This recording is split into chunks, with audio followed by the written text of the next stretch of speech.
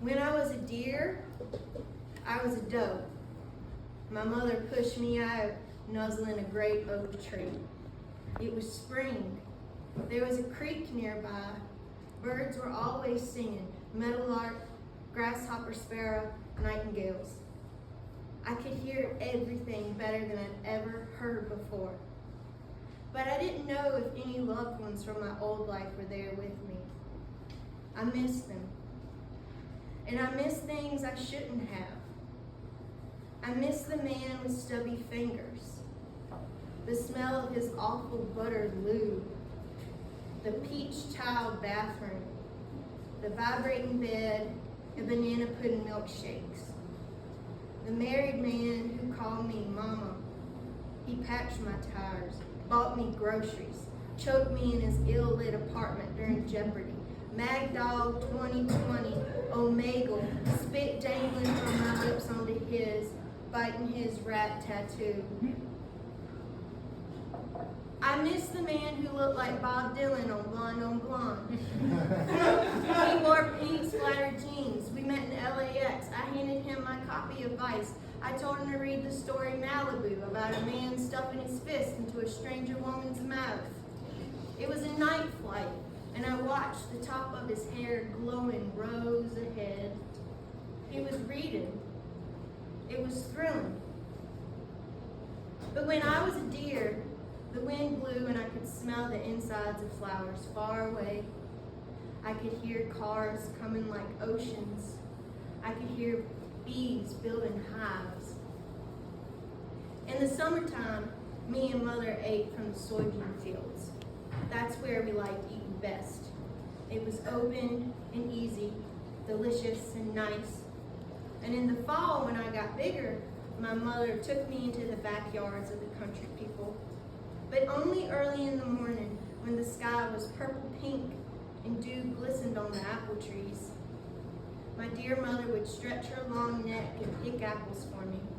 I wanted to ask her, what did she hear? But I could only communicate with her in acts of service. This had also been my language before, rubbing Keel's cream decor into his cracked knuckles, sweeping his floor, him filming me on my knees, my first video. I let my dear mother clean me with her soft tongue. I drank her milk so gladly. My mother before never nursed me. She never left the bed. She grew fatter and fatter every year of my youth. She stomped when she walked. I hated it. Once, we went to Disney, and the Space Mountain attendant couldn't even strap her in. She got a sleep apnea machine so the fat on her neck wouldn't smother her at night. She fed me Little Debbie cakes and chip sandwiches. Then she got gastric bypass, slimmed down, started wearing low-cut tops and eyeshadow. She jumped from job to job waitressing. She gossiped like middle school. The cooks and local policemen came by to see her on her shifts. Her necklaces got tangled in the skin tags on her neck. She begged me to mash cysts on her back. She could be so mean. She loved Prince and Leonard Skinner, The Bachelorette and Princess Di. She bought me a clean set of cotton panties when I got herpes. She didn't read. She didn't cook. She never cut her fingernails. Her daddy called her Snowball. And I was Snowball Jr. I was a white-tailed deer, a doe. The apples I ate every fall were crisp and sweet. They smelled clean when I crunched them. It made my piss smell strong. That's when the bucks started coming. They were rutting for me. The first time I was mounted by a buck, I'd wandered far from my home. I'd crossed 2 country roads to get to a patch of peanuts, and I laughed in my head, remembering when I was a little girl, my fat mama set me down with a book called Where Did I Come From? Penis, it said, like peanuts without the T. The buck smelled like oily hair and piss, akin to mine, just mustier. And I wondered who the buck was, if he'd been anyone before. He could have been Napoleon, Cleopatra, or Mary Magdalene, Ted Bundy, or Robert E. Lee. When the married man filmed me on my knees, he said I could make a lot of money. I needed a new set of tires. I needed my wisdom teeth removed. He took out his pocket knife and cut through my tights.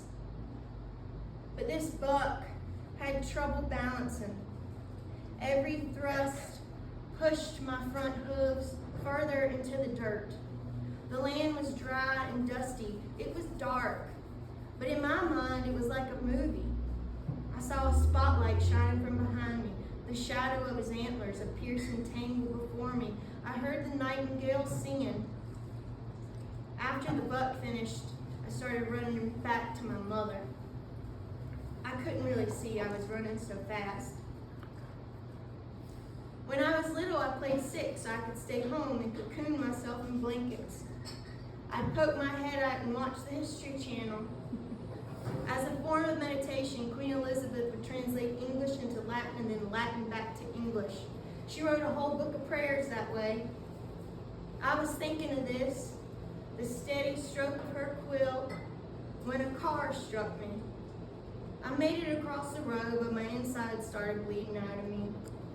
I fell on the lawn of a country church and a big rain came down. It fell into my eyes, onto my spongy tongue.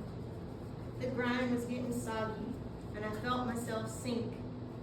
I knew what would happen to me. I'd seen it almost every day. The big black buzzards.